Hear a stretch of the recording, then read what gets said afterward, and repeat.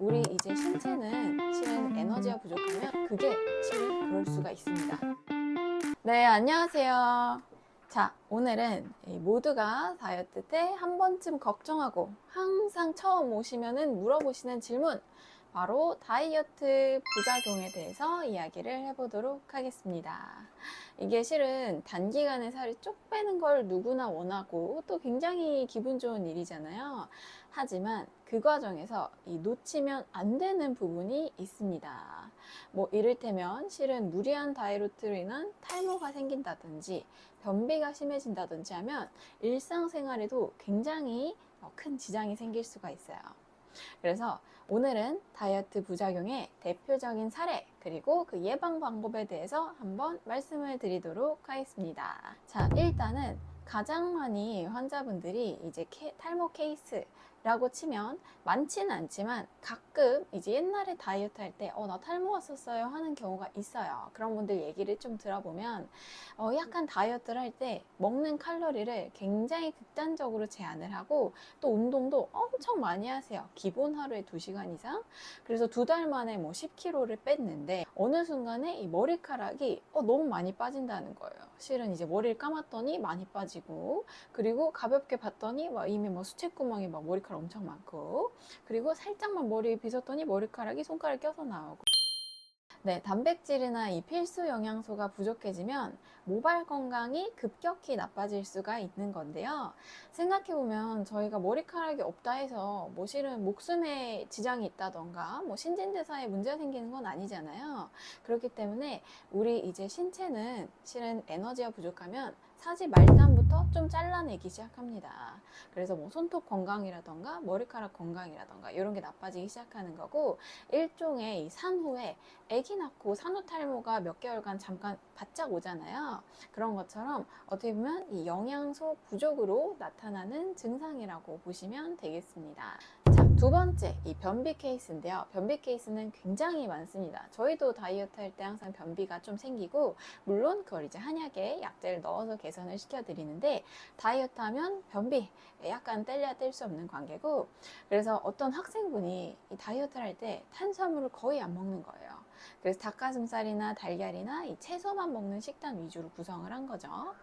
근데 다만 그렇게 되면 뭐랄까, 이 채소를 먹는다 하더라도 유분기가 좀 떨어지고 하다 보니까 살짝은 변비가 심해지는 거죠.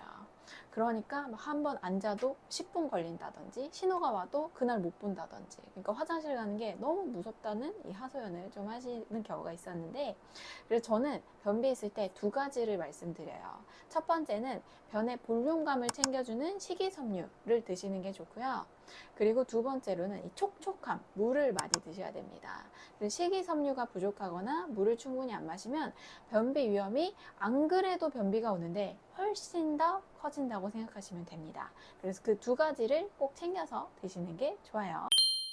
여성분들이 다이어트 하는 경우가 진짜 많잖아요. 근데 여기서 저희가 알아두셔야 될 게, 극단적인 다이어트는 여성 호르몬 분비에도 영향을 줄 수가 있습니다. 그래서 실제로 생리주기가 불규칙해진다던가 양이 갑자기 좀 주는 경우도 적지가 않아요. 뭐 그런 경우는 아무래도 다시 다이어트를 끝나면 돌아오긴 합니다. 다만 어쨌든 너무 저체중이나 무리한 식단 제한은 생리불순을 유발할 수가 있고요. 실질적으로 이 여자 연예인들 생리불순 이야기를 한 번쯤 풍문으로 들은 적이 있을 거예요. 저 정도 몸무게 유지하려면 생리가 끊긴다든지.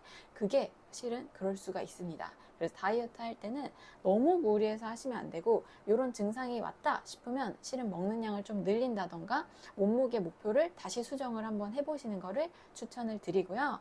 물론 이제 저희는 이제 한약으로 하다 보니까 필요하면 그런 거를 좀 북돋아주는, 호르몬적인 걸 돌려주는 약재를 좀 들어가면 다시 좋아지긴 합니다. 하지만 항상 무리한 다이어트는 지양해야 된다는 점 말씀을 드리도록 하겠습니다.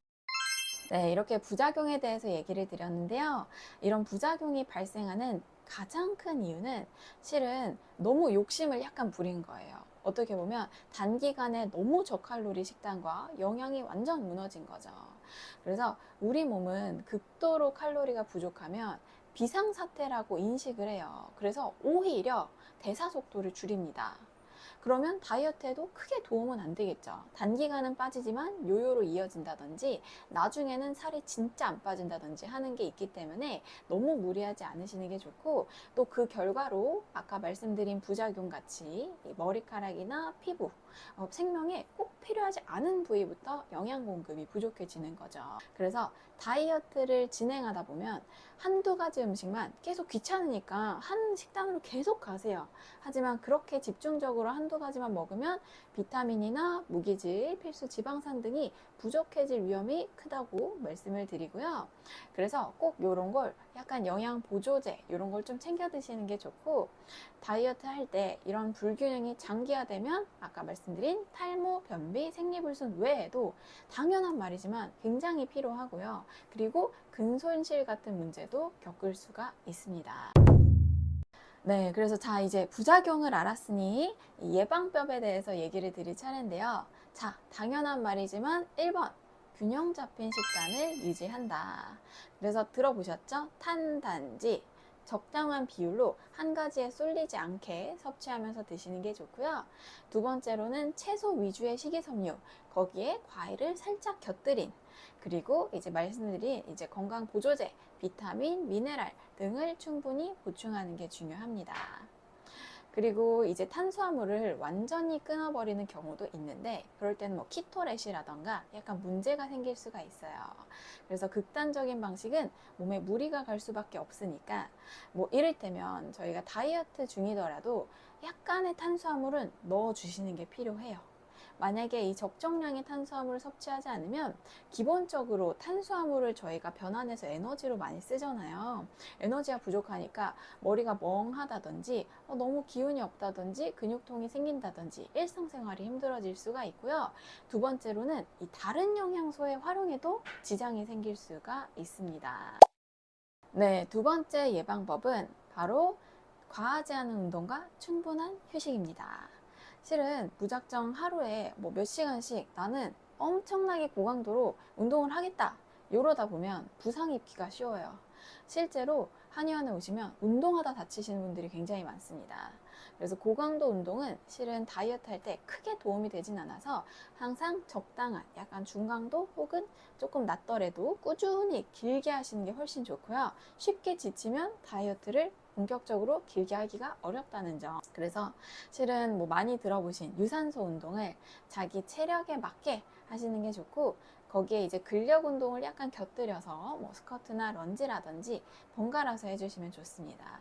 그래서 감량 자체는 유산소로, 그리고 근육 지키는 근손실을 막으려면 이제 근력 운동을 한다고 생각을 해주시면 되는데, 다만 운동만 좋아하시면 안 돼요. 그 근육을 보강해주는 단백질도 섭취를 해주셔야 됩니다. 네, 그리고 운동만큼이나 휴식도 굉장히 필수적이라고 얘기를 드리는데요. 실제로 살이 잘 빠지려면 잠을 잘 자고 스트레스를 안 받아야 된다, 이런 얘기 많이 들어보셨을 텐데, 스트레스가 극심하면 호르몬이 또 불균형해집니다. 그러면 아마 겪어보셨겠지만 스트레스를 많이 받을 때 막 폭식하거나 요요 현상 있는 경우를 아마 들어보셨을 거예요. 근데 그게 결과적으로 실제로 다이어트에 방해가 된다고 생각해 주시면 되고, 그리고 또 스트레스를 받으면 저희 몸에서 그에 대응하기 위해서 혈당이 올라가요. 그래서 스트레스 상황 자체를 최대한 줄이는 게 좋다. 그게 어려우면 약제를 통해서 도와드린다 보시면 되고요. 그리고 예를 들어서 갱년기 수면 불량이 갱년기 비만으로 이어지는 경우가 실제로 많았다고 해요. 그건 연구 결과로도 밝혀져 있는데, 이런 것처럼 수면과 비만은 항상 영향이 있다고 생각을 해주셔야 합니다. 그래서 잠을 못 자는데 살이 잘 빠진다, 쉽지 않고요.